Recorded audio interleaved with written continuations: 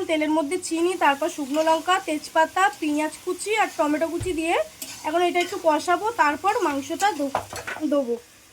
Guys গুঁড়ো লঙ্কা দিয়ে দিয়েছি, আর এটা হচ্ছে কাশ্মীরি গুঁড়ো লঙ্কা, মানে কালার হওয়ার জন্য। তো এটা পুরোটাই আমি দিয়ে দেবো, কারণ মাংসটা অনেকটা আছে আর এখানে আলুও অনেকটা আছে, লাগবে। দেখতেই পাচ্ছি পুরো লাল টকটকে হয়ে গেছে। আর এটা হচ্ছে চিকেন মশলা। আচ্ছা, এটা পুরোটা দিয়ে দিলাম।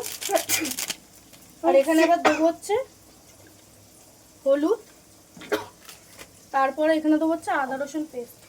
ওটা আগে দাও না, ওটা দাও না, ওটা আলাদা আছে।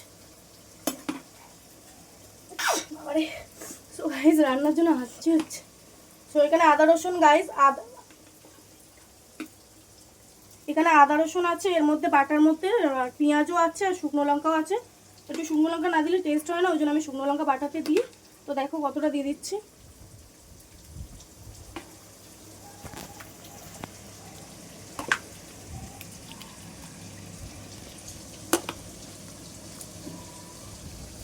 সো গাইস এবার দেবো হচ্ছে টক দই।